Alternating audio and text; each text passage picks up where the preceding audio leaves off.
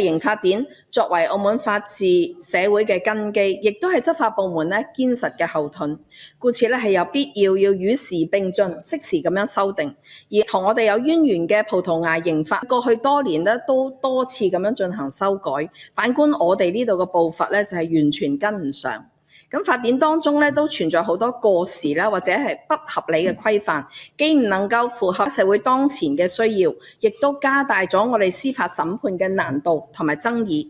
咁行政長官咧都多次提出要成立法律小組去檢討同埋更新呢啲法律，